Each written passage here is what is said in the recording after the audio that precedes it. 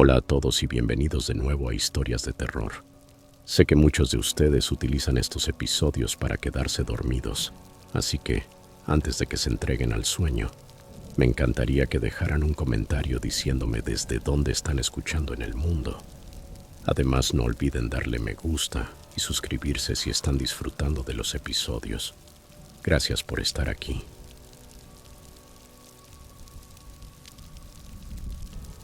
Historia 1. Todo esto ocurrió hace aproximadamente 3 años, cuando vivía en un pequeño complejo de apartamentos en Riverside, California. Tenía 24 años en ese entonces, trabajaba en un almacén en un empleo sin salida, y como la mayoría de gente de mi edad, siempre estaba sin un centavo. Mi apartamento estaba pobremente amueblado con una mezcla de cosas heredadas y objetos baratos que había comprado yo mismo. El centro de la sala era un sofá de 2 plazas verdaderamente espantoso que el inquilino anterior había dejado. La tela estaba manchada, uno de los resortes estaba roto y olía a tabaco rancio. Lo detestaba. Durante meses soñé con conseguir un sofá de verdad, algo en lo que pudiera estirarme. El problema era que no podía permitírmelo, así que hice lo que hace cualquier persona sin dinero. Empecé a hurgar en Craigslist, concretamente en la sección de cosas gratis. Era en su mayoría un mar de trastos, electrodomésticos rotos, colchones manchados y leña. Pero lo revisaba religiosamente cada día, esperando un milagro. Y entonces, un martes por la tarde lo vi. El anuncio era sencillo, titulado Sofá gratis, recoger. La foto mostraba una gran seccional gris oscuro. No era nuevo, pero se veía limpio, moderno y 1000 veces mejor que lo que yo tenía. La descripción decía apenas: en buen estado, sin mascotas, no fumadores. Necesito que se vaya este fin de semana. Ubicado en la zona de Woodrest. Quedaba algo lejos, quizá a 30 minutos hacia el este, en un área más rural y semidesarrollada del condado donde las casas tienen más terreno. No me importó. Contesté de inmediato al correo diciendo que tenía una camioneta y que podía pasar esa misma noche. En realidad no tenía camioneta, pero mi amigo Mark sí, y sabía que podía pedirle prestada la suya a cambio de un par de pizzas y un six-pack. Para mi sorpresa me respondió en menos de 10 minutos. Esta noche viene perfecto. La dirección es Eucalyptus Avenue. Avísame cuando salgas. Me llamo David. Me puse eufórico. Llamé a Mark y accedió a prestarme su viejo Ford Ranger. Después del trabajo pasé por su casa, recogí las llaves y me dirigí hacia Woodrest mientras el sol se ponía, tiñendo el cielo californiano de naranjas y morados. El viaje empezó normal, pero cuanto más me alejaba de la ciudad, más cambiaba el paisaje. Las ordenadas calles suburbanas dieron paso a carreteras sinuosas de 2 carriles sin farolas. Las casas estaban cada vez más separadas, divididas por lotes polvorientos, propiedades con caballos y huertos de naranjos. Cuando giré en Eucalyptus Avenue ya era casi de noche. Aquello no era tanto una calle como un largo camino mal pavimentado con unas pocas casas dispersas, escondidas tras maleza y cercas de malla. El GPS del teléfono decía que había llegado, pero tuve que avanzar despacio, buscando los números descoloridos en los buzones para dar con el lugar correcto. La dirección estaba retirada de la carretera al final de un largo camino de grava. Era una casa de una planta, estilo ranch, que evidentemente había visto tiempos mejores. La pintura estaba descascarada y el jardín delantero era un caos de malas hierbas, piezas viejas de automóvil y muebles descartados. Desde una ventana cercana a la puerta principal salía una luz amarilla tenue. Todo el lugar me daba una sensación extraña, pero pensé que tal vez el tipo simplemente era un desordenado. Ya había llegado tan lejos, no me iba a ir sin el sofá. Aparqué la camioneta, cuyos faros cortaban la oscuridad e iluminaban el porche. Y ahí estaba, la seccional gris de la foto. Se veía igual que en la imagen. Saqué el teléfono y mandé un mensaje al número del correo. Hola David, ya llegué. Estoy en el Ford Ranger. Al momento la puerta principal se abrió con un chirrido. No salió un hombre solo, salieron 2. Ambos eran tipos grandes, probablemente entrados en los 30, de complexión robusta y cabezas rapadas. Uno llevaba una camiseta blanca sucia y jeans, el otro una sudadera negra. No sonrieron. «¿Eres el del sofá?», gruñó el de la camiseta con voz áspera. «Sí, soy yo», contesté intentando sonar alegre. «Gracias de verdad, me estás salvando». Él solo asintió. «Soy Dave. Este es mi hermano Rick, el de la sudadera». Me observó en silencio, con las manos metidas en los bolsillos y la mirada vacía. Su expresión me resultó profundamente inquietante. «Bueno, si alguno me echa una mano, quizá lo carguemos rápido», dije caminando hacia el porche. «Los dos ayudamos», respondió Dave. No era una oferta, era una afirmación. Pesan más de lo que parecen. Algo en la situación no cuadraba. La manera en que estaban situados, flanqueando el camino al porche, y cómo Rick no decía nada y me vigilaba cada movimiento. Aún así, ignoré esa sensación. Estaba centrado en el premio. Agarramos cada uno una sección del sofá. Al levantar mi extremo noté algo extraño. Era increíblemente ligero, casi hueco. No tenía el peso que esperaban que tuviera. Lo llevamos hacia la camioneta, y entonces Dave habló de nuevo. «Oye, mira, metimos los cojines adentro para que no se llenaran de polvo. ¿Puedes echarnos una mano para sacarlos un momento?» Lo dudé. Claro. ¿Dónde están?», pregunté. «Justo dentro de la puerta», dijo señalando hacia la casa aún con la puerta abierta. Nos tomamos 2 segundos. Pusieron el sofá en el suelo.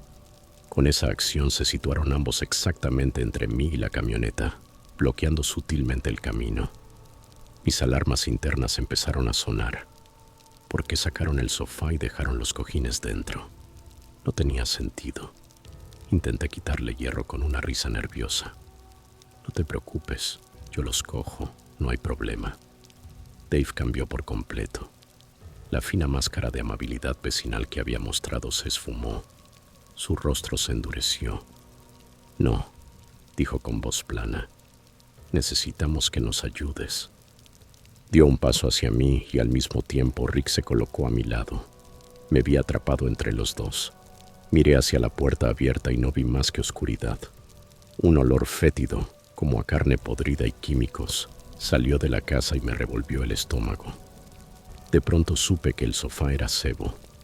Esa idea me golpeó con la fuerza de un puñetazo. Mi cerebro saltó de situación incómoda a vida o muerte. Antes de que pudiera reaccionar, Dave se lanzó y me agarró del brazo derecho con un agarre como una tenaza. Simultáneamente, Rick me empujó por la espalda con fuerza, obligándome hacia la oscura entrada. Tropecé hacia adelante. La grava crujía bajo mis pies. Estaban intentando forzarme dentro de la casa. El pánico me dio una avalancha de adrenalina que no sabía que tenía. No era un luchador, pero el instinto animal se apoderó de mí. Torcí el cuerpo y clavé el codo izquierdo hacia atrás con todas mis fuerzas. Sentí que conectaba con algo blando. Rick gruñó y su agarre se aflojó una fracción de segundo. Eso fue todo el tiempo que necesitaba. Me zafé del agarre de Dave. Me agaché por debajo de su brazo extendido y salí corriendo. No fui hacia la camioneta. Estaban demasiado cerca. En su lugar crucé el patio oscuro lleno de chatarra, tropezando con objetos que no veía. «Atrápenlo», rugió Dave detrás de mí. No miré atrás. Simplemente corrí. Pude oírlos destrozando la oscuridad tras de mí, sus pisadas pesadas martillando la tierra. Salí al borde de la propiedad y me interné en una maraña de arbustos. Las espinas me rasgaron la piel y la ropa. Emergí en la carretera sin iluminación. El corazón me latía tan fuerte que pensé que explotaría. Corrí por el asfalto, jadeando y rezando por un coche. Faros. A lo lejos vi un par de luces que se acercaban. Me lancé hacia ellas agitándome como un loco. Debía de parecer un hombre corriendo fuera de la nada en mitad de la noche. El coche, un sedán viejo, aminoró con cautela. Fui directamente a la ventanilla del conductor y golpeé. «Por favor, ayúdeme. Esos tipos intentan matarme», grité, la voz quebrada por el terror. El conductor, un hombre mayor con cara asustada, por suerte desbloqueó las puertas. Me abrí la puerta trasera y me tiré dentro gritando: «¡Vámonos, vámonos!». Él pisó el acelerador y el coche se alejó, dejando atrás la casa de Eucalyptus Avenue en la oscuridad. Le pedí que me dejara en la primera estación de servicio que encontráramos y llamé al 911 inmediatamente. La policía me encontró allí y le conté todo, temblando sin parar. Se lo tomaron en serio y enviaron 2 patrullas a la dirección. Tuve que volver con ellos, volver a acercarme a esa casa, aún con 2 coches de policía. Fue una de las cosas más aterradoras que he hecho. La casa estaba vacía. El sofá seguía tirado en la entrada donde lo habíamos dejado. La puerta principal estaba cerrada y las luces apagadas. Dave y Rick habían desaparecido. La policía no halló a nadie en el interior. La dirección de correo y el número del anuncio eran de teléfonos desechables, completamente irrastreables. No había mucho que pudieran hacer. Tuve que llamar a Mark para decirle que su camioneta seguía estacionada en la entrada de una casa donde 2 tipos habían intentado secuestrarme. Se asustó, comprensiblemente, pero fue a buscarla al día siguiente acompañado por un patrullero. Durante semanas viví en un estado de miedo constante. Dormía muy poco. Cada crujido en mi apartamento, cada sombra en una esquina oscura me provocaba un sobresalto. Lo más aterrador era que ellos tenían mi información. Sabían mi nombre, mi correo y mi número de teléfono. Sabían cómo era. Un mes después del incidente, empezó el verdadero horror. Regresaba del trabajo cuando vi un coche detrás de mí. Un Honda Accord verde oscuro, viejo, igual al que había visto aparcado entre la maleza junto a su casa. Me siguió 3 salidas. Intenté convencerme de que era casualidad, que en el sur de California hay miles de coches así. Pero cuando giré al azar a un barrio residencial, el coche también giró. El corazón se me encogió. Aceleré haciendo una serie de giros frenéticos hasta que por fin lo perdí. Lo denuncié a la policía, pero sin matrícula no podían hacer nada. «Podría ser coincidencia», me dijo el oficial, lo cual no me tranquilizó nada. Una semana después volvió a pasar. Esta vez estaba en el supermercado. Al volver a mi coche lo vi. Era Rick, el del hoodie, de pie junto a un contenedor mirándome. No había duda. Su constitución fornida y esa mirada muerta eran inconfundibles. Nos quedamos mirándonos durante unos 3 segundos completos antes de que él se diera la vuelta y se perdiera tras el edificio. Perdí el control. Entré en mi coche, cerré con llave y fui directo a la comisaría, diciendo que me estaban vigilando activamente. Aquella vez fueron más comprensivos. Un agente tomó mi declaración y prometió aumentar las patrullas por mi complejo. Me convertí en prisionero en mi propia casa. Cambié las cerraduras y compré una cámara de seguridad para la ventana delantera. Historia 2. En 2019 me fui de San Diego y me mudé a Nueva York. Tenía 22 años, una maleta pequeña, una laptop barata y un bolsillo lleno de esperanza. Esa semana tenía una entrevista de trabajo en un apartamento pequeño en Queens que había encontrado en línea. El puesto era para una startup cerca de Atlantic Avenue. Estaba cansado, pero orgulloso de estar empezando por mi cuenta. Pensé que lo había hecho todo bien. El apartamento estaba en el 3er piso de un edificio viejo. Tenía paredes finas y un ascensor destartalado que a veces se quedaba atascado entre pisos.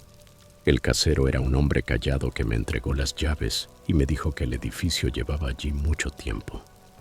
El departamento en sí era pequeño. Un dormitorio, una cocina diminuta y una sala que apenas cabía un sofá. Las ventanas daban a un estrecho patio trasero y al techo de una charcutería. Por la noche la farola proyectaba cuadros pálidos en el suelo. Me gustaba que el espacio fuera mío. En San Diego usaba una TV de 32 pulgadas.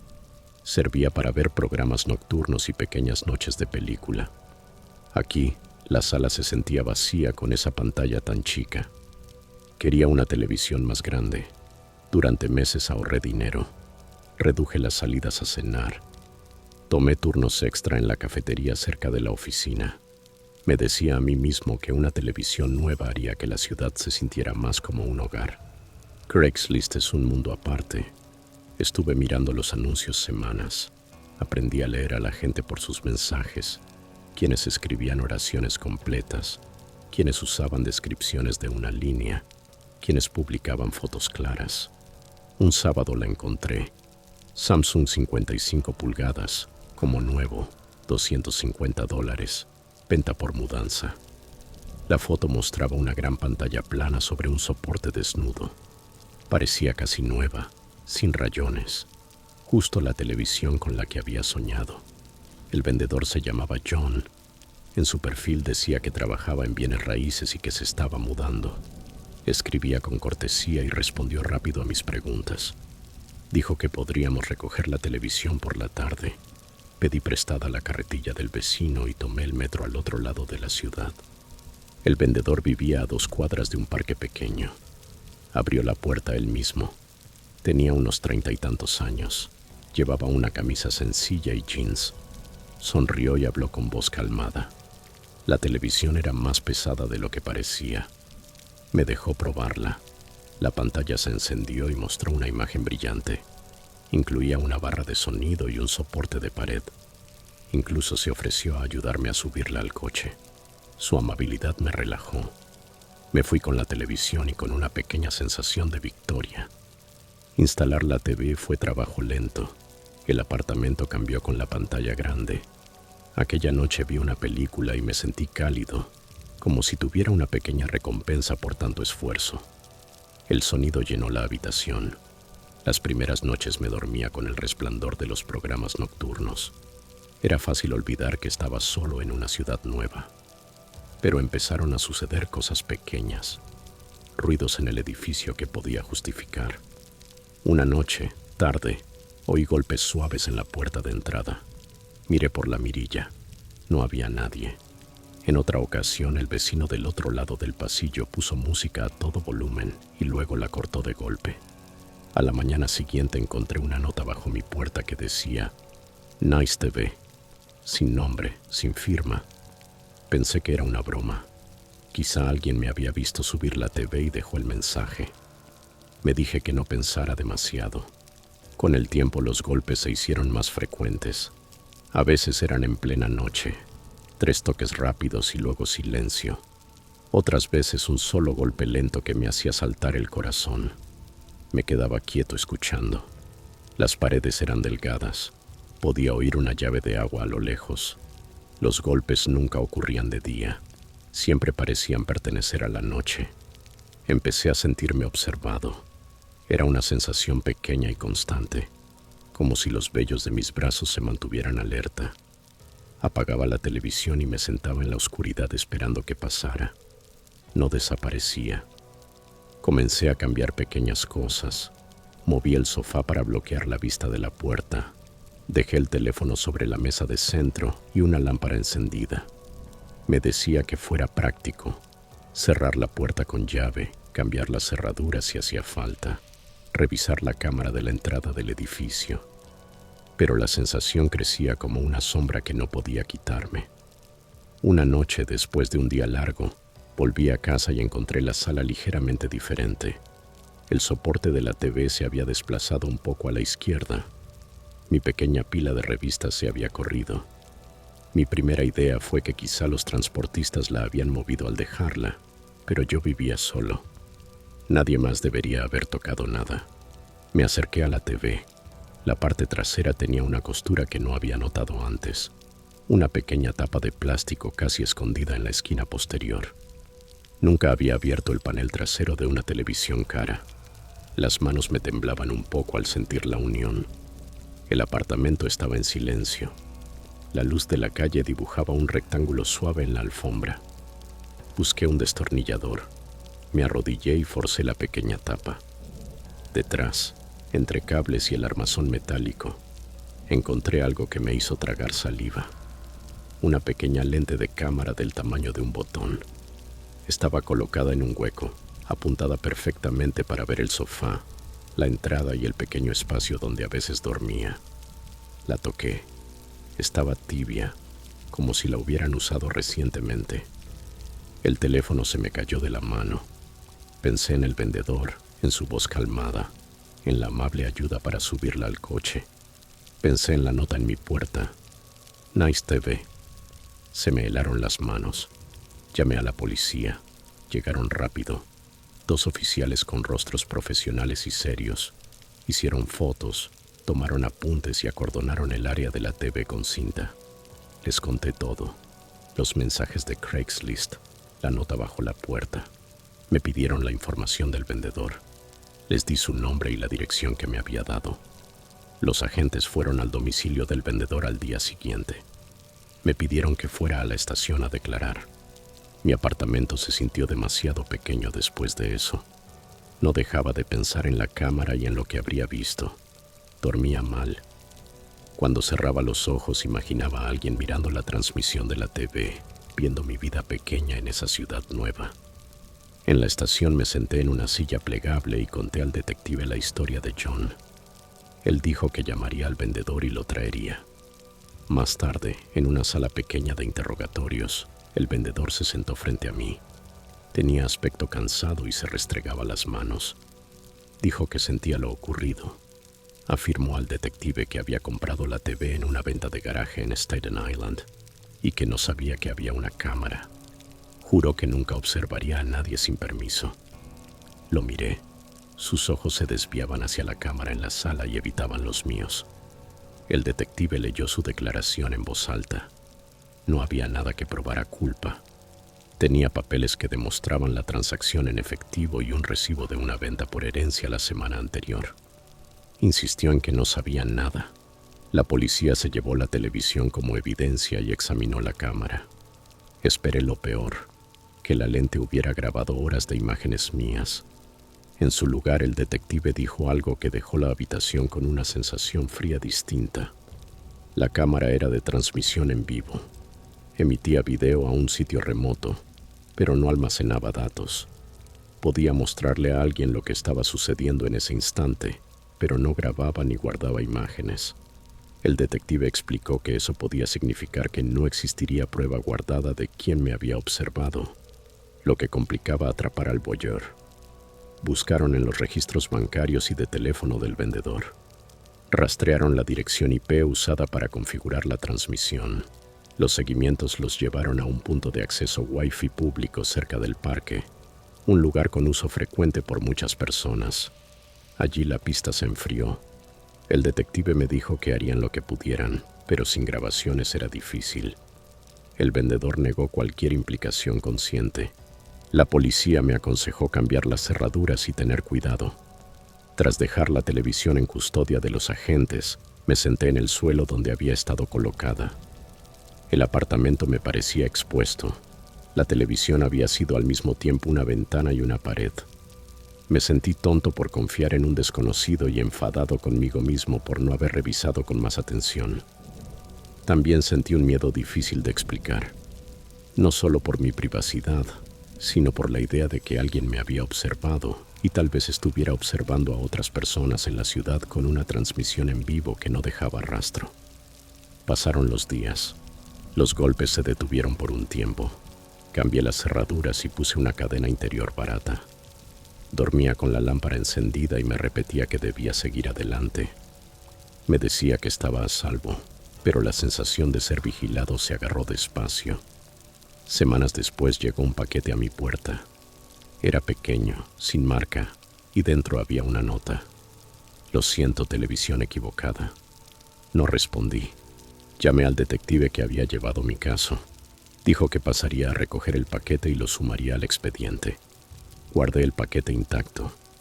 A veces, cuando paso frente a tiendas de electrónica y veo televisores en los escaparates, pienso en esa pequeña lente escondida en la costura. Pienso en la venta de garaje que mencionó el vendedor, en el Wi-Fi público y en la frágil línea entre una vida privada y lo que alguien puede retransmitir con un dispositivo oculto. Pienso en cómo la ciudad que antes brillaba y prometía ahora tiene una capa debajo, pequeñas sombras cuidadosas donde la gente puede mirar sin dejar huella.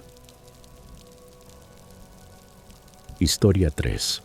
Hace unos años estaba terminando mi penúltimo año en la Universidad de Washington en Seattle. Acababa de firmar el contrato de alquiler de un minúsculo apartamento de una habitación fuera del campus. de esos con pintura desconchada y un refrigerador que zumbaba como si estuviera poseído.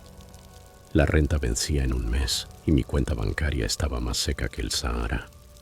Mis padres vivían en un suburbio tranquilo a unos 20 minutos al este, en Bellevue, y yo me había estado quedando en mi antiguo dormitorio allí mientras buscaba trabajo. Para reunir algo de efectivo, decidí vender los trastos que había acumulado a lo largo de los años, sobre todo muebles maltrechos de la secundaria que nadie echaría de menos. Tomé unas fotos borrosas de mi cómoda de madera con el celular. No era nada del otro mundo.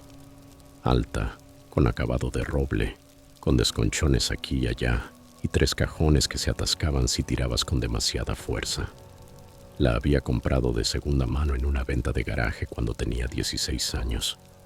Cómoda sólida, $50. Tecleé en el anuncio de Craigslist, añadiendo la dirección de la casa de mis padres porque pensé que estaría solo ese fin de semana. Mi mamá y mi papá se irían a Portland para una reunión familiar, el 80º cumpleaños de mi abuela. Publiqué y me olvidé del tema, desplazándome por TikTok. La primera respuesta llegó esa misma tarde. Era de un tipo llamado Mark.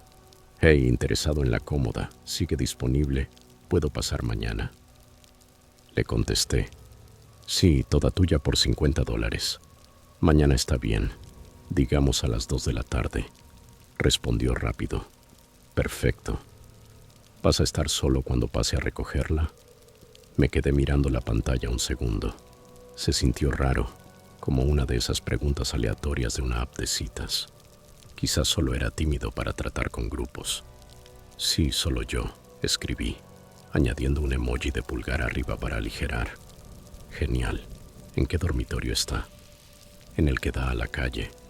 Ahí sí que se me hizo un nudo en el estómago. ¿Cómo sabía que la casa tenía un dormitorio que daba a la calle?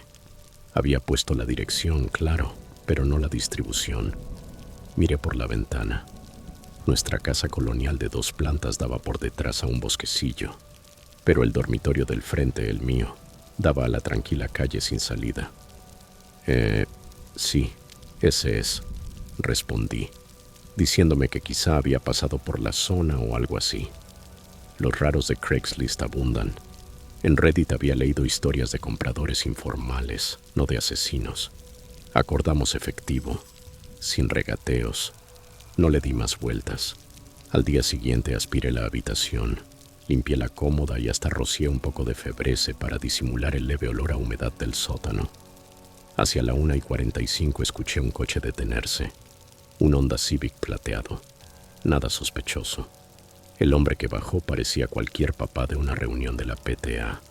Cuarentón, caquis, una sudadera de los Mariners descolorida, el pelo castaño corto encaneciendo en las sienes. Llevaba una carretilla y unas cuerdas elásticas, como alguien que ya había hecho esto cientos de veces. «¿Mark?», pregunté desde el porche, forzando una sonrisa.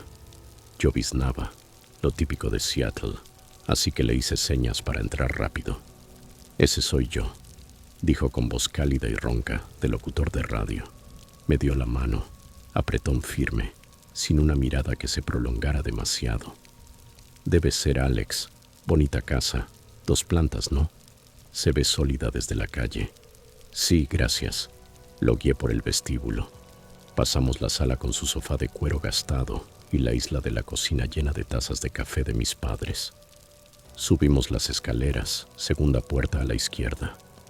Me siguió de cerca, sin hablar mucho, solo echando vistazos. «La cómoda está aquí», dije señalando. Estaba contra la pared, bajo la ventana, con las cortinas a medio correr. Asintió pasando la mano por la superficie. «Buena estructura, rayones, pero eso se arregla». Luego se agachó a revisar los cajones. Se atascaban tal como recordaba, y él soltó una risita. «A esto le hace falta VD40. ¿Llevas mucho viviendo aquí?» «Toda mi vida», dije apoyado en el marco. La charla trivial se sentía normal. «Pero ya me mudo. Departamento para la uni. Universidad de Washington. Chico listo». Se puso de pie, sacó una billetera ajada del bolsillo trasero y contó 50 en billetes de 20, crujientes, como recién salidos de un cajero. «Aquí tienes, pero Pesa más de lo que parece. ¿Te importa darme una mano hasta el coche? Sin problema. Tomé un extremo, él el otro, y la bajamos de lado por las escaleras, golpeando la barandilla una vez. En el vestíbulo se detuvo, mirando la puerta principal. Cerraduras Yale, ¿eh? Esos cerrojos son duros. Y atrás, lo mismo. Cambié el agarre, con los brazos ardiendo. Por curiosidad. En casas viejas nunca sabes con la seguridad. Sonrió, pero la sonrisa no le llegó a los ojos. Llevamos la cómoda al maletero. Lo abrió y vi una caja de herramientas y unas lonas de las que ves en Home Depot. Mientras la amarrábamos, echó un vistazo a la casa. ¿Tus padres están por aquí a menudo? Dormitorio como el tuyo. Perfecto para chicos, pero barrio tranquilo. Este fin de semana están fuera, dije secándome el sudor de la frente. Suelen estar en las tardes. Trabajan en la ciudad. Entendido. Suerte con la mudanza subió. Saludó con la mano y se fue despacio, como memorizando la curva de la calle. Me quedé un momento, la lluvia empapando la camisa, con un cosquilleo en la nuca. Pero oye, dinero en mano. Le escribí a mi futuro roommate para partir una pizza esa noche. El fin de semana pasó sin novedad. Mis padres volvieron el domingo, encantados con el pastel de la reunión, y yo me acosté temprano. El lunes las clases se hicieron eternas. Introducción a psicología y luego un laboratorio donde disecamos corazones de rana. Para el miércoles ya estaba otra vez en su casa empacando cajas en mi cuarto. La inquietud por las preguntas de Mark se había diluido hasta quedar en un picor vago, como el recuerdo de un sueño. Hasta me reí con mi mamá en la cena. Un tipo de Craigslist me interrogó como agente inmobiliario. Ella rodó los ojos. La gente es metiche. Cierra bien y ya. Esa noche, alrededor de la 1 de la mañana, me despertó un clic. No fue fuerte, pero sí nítido. Metal contra metal justo afuera de mi puerta. Me quedé helado en la cama, con el corazón golpeando. La casa era vieja. Los ruidos de asentamiento eran normales. Pisos que crujen, viento sacudiendo las canaletas. Pero esto era distinto. Un giro suave, como si alguien probara el picaporte. Contuve la respiración pegando la oreja a la madera. Silencio. Al fondo del pasillo, la puerta de mis padres estaba cerrada, con una rendija de luz debajo. La máquina CPAP de mi papá zumbaba débilmente. Revisé el pomo. Cerrado, como siempre. Volví a la cama, pero el sueño no llegó fácil. Me quedé scrolleando Instagram hasta que me ardieron los ojos, echándole la culpa al estrés. El jueves fue normal. Trayecto bajo la lluvia en el autobús 550. Café del carrito del campus con sabor a goma quemada. Pero esa noche volvió a ocurrir. 2:17 de la mañana. Marcaba el celular cuando me incorporé de golpe. No eran pasos dentro de la casa. Eran pisadas pesadas, deliberadas, sobre el porche de madera justo debajo de mi ventana. El porche lateral rodeaba la casa y se accedía desde la puerta trasera del jardín. Me senté, con las sábanas enredadas, y miré entre las persianas. La luz de la luna se filtraba entre nubes, proyectando sombras sobre las tablas húmedas de rocío. Nadie, solo el aspersor del vecino. Tac-tac a lo lejos. Un gato del porche, murmuré dejándome caer. A veces merodeaban y tiraban macetas, pero los gatos no suenan como botas. El viernes se lo mencioné a mi papá durante el desayuno. Anoche oí cosas, como si hubiera alguien afuera. Él sorbió su café negro con el periódico doblado. Osos, quizá bajan de las cascadas más a menudo. Bellevue colinda con zonas verdes. Los osos negros se metían a hurgar en los botes de basura. Tenía sentido. Revisaré las luces de movimiento. Lo hizo. Focos bien, sensores limpios, sin huellas en el barro. Asentí, aliviado, y me fui a clase. Pero la duda roía. Aquellos pasos habían sido demasiado rítmicos, demasiado humanos. El sábado mis padres se fueron a Costco y me dejaron empacando. Puse una playlist a tope, Billie Eilish, y luego algo de Nirvana para entrar en el mood Seattle mientras cerraba cajas con cinta. Al mediodía los ruidos empezaron antes. No pasos esta vez, sino un raspado, como una llave tanteando la cerradura de la puerta trasera, abajo. Pausé la música, con el pulso por las nubes. «Hola», llamé con la voz quebrada. Nada. Agarré el teléfono y bajé hasta lo alto de las escaleras. La puerta de la cocina estaba cerrada, el cerrojo brillando. Lo giré, bien trabado. Viento, bufé. Las ráfagas podían mover el marco, pero al volver, alcancé a ver la ventana del descanso, la que daba al patio lateral, con las persianas a medio abrir como yo las había dejado. Las había dejado así. Las cerré de golpe, con las manos temblorosas. Esa noche escaló, 11:45 de la noche. Yo estaba haciendo doom scrolling en Reddit cuando el pomo volvió a ser puesto a prueba en la puerta de mi dormitorio. Giros lentos, deliberados, de un lado a otro. Se me secó la boca. Eso no era la casa asentándose. Salté, tanteé la lámpara y encendí. La luz inundó el cuarto. Los pósters de Radiohead con las esquinas despegadas. El escritorio repleto de libros. El pasillo estaba vacío cuando entreabrí la puerta. «Papá», dije hacia abajo. Roncaba en su habitación. Fui al baño y me eché agua en la cara. El espejo devolvió ojeras y piel pálida. «Te estás volviendo loco, Alex. Estrés de finales». El domingo por la mañana, entre panqueques, solté todo. Los clics, los pasos, el raspado. El tenedor de mi mamá se quedó en el aire. Deberíamos haber comprado esa ring antes. Vamos a llamar a la policía, al número no de emergencia. Papá asintió, serio. ¿O son los chicos de la cuadra? Bromas, el oficial que vino era un tipo aburrido llamado Rodríguez. La placa brillaba bajo la luz del vestíbulo. Caminó por el perímetro y alumbró los arbustos con la linterna. Sin huellas. Las cerraduras se ven bien. Jail. Buena elección. Podrían ser animales. Pongan una cámara de rastro si les preocupa. La pusimos. Papá montó una Wise barata en el poste del porche esa tarde. La vinculó a su teléfono. Yo me sentí tonto, como si hubiese exagerado. El lunes las clases pasaron en piloto automático. El profesor parloteando sobre Freud. Ruidos esa noche. Nada. Silencio. Lluvia golpeando el techo. Dormí como piedra. Pero el martes a las 3 de la mañana, el teléfono vibró. Alerta de la Wise. Lo agarré, el corazón desbocado. Un video granuloso en blanco y negro detectaba movimiento en el porche lateral. Una sombra se movía, alta y erguida. No era un oso. Se quedó junto a mi ventana, con la cabeza inclinándose hacia arriba, como escuchando. Y luego desapareció, deslizándose hacia la puerta del jardín. Sin rostro, solo un borrón de sudadera con capucha y jeans. Desperté a mis padres con la voz temblando.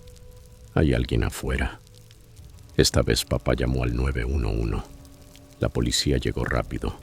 2 patrullas. Las luces pintando la calle de rojo y azul. Registraron el patio y encontraron un clavo doblado junto al pestillo de la reja. Lo habían forzado, pero no entraron. «Probablemente tanteando para un allanamiento», dijo la agente más joven, una mujer con coleta, mientras me miraba. «¿Has vendido algo en línea últimamente?» «Muebles». Se me heló la sangre. «Sí, una cómoda. La semana pasada». Asintió. «Pasa más de lo que crees. Los acosadores usan los anuncios para estudiar casas. Les dan la distribución, rutinas». Le enseñé los mensajes de Mark. Les tomó fotos. «Veremos ese número. Cambian las cerraduras mañana y múdate rápido». Se fueron, pero el sueño no volvió. Me senté junto a la ventana, cortinas cerradas, escuchando cada crujido. La realización me cayó como agua helada. La cómoda no era el objetivo. Aquellas preguntas, ¿qué dormitorio?, las cerraduras, el horario de mis padres, eran reconocimiento. Nos había cartografiado. Pagó $50 por un plano de nuestras vidas.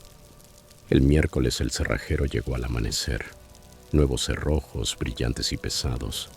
Me salté psicología, hice las maletas a la carrera, ropa en bolsas de basura, libros al maletero.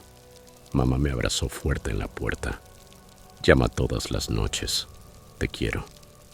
Mi nuevo apartamento olía a pintura fresca y a comida para llevar del TAI de abajo. La primera noche revisé la cadena triple y calcé una silla bajo el pomo. Sin porche, sin patio lateral, solo la vista de la escalera de incendios y los contenedores del callejón. Pero a las 2 de la mañana desperté sudando. Una notificación. No, solo el teléfono deslizándose de la almohada. Los ruidos me siguieron en sueños, clics que resonaban, pasos acercándose.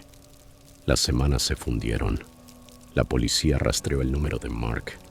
Era un burner, callejón sin salida, sin coincidencias de matrícula.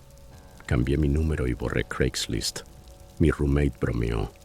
Tu club de fans del asesino serial. Me reí por compromiso, pero las duchas se hicieron más largas y las sombras me hacían dar un respingo.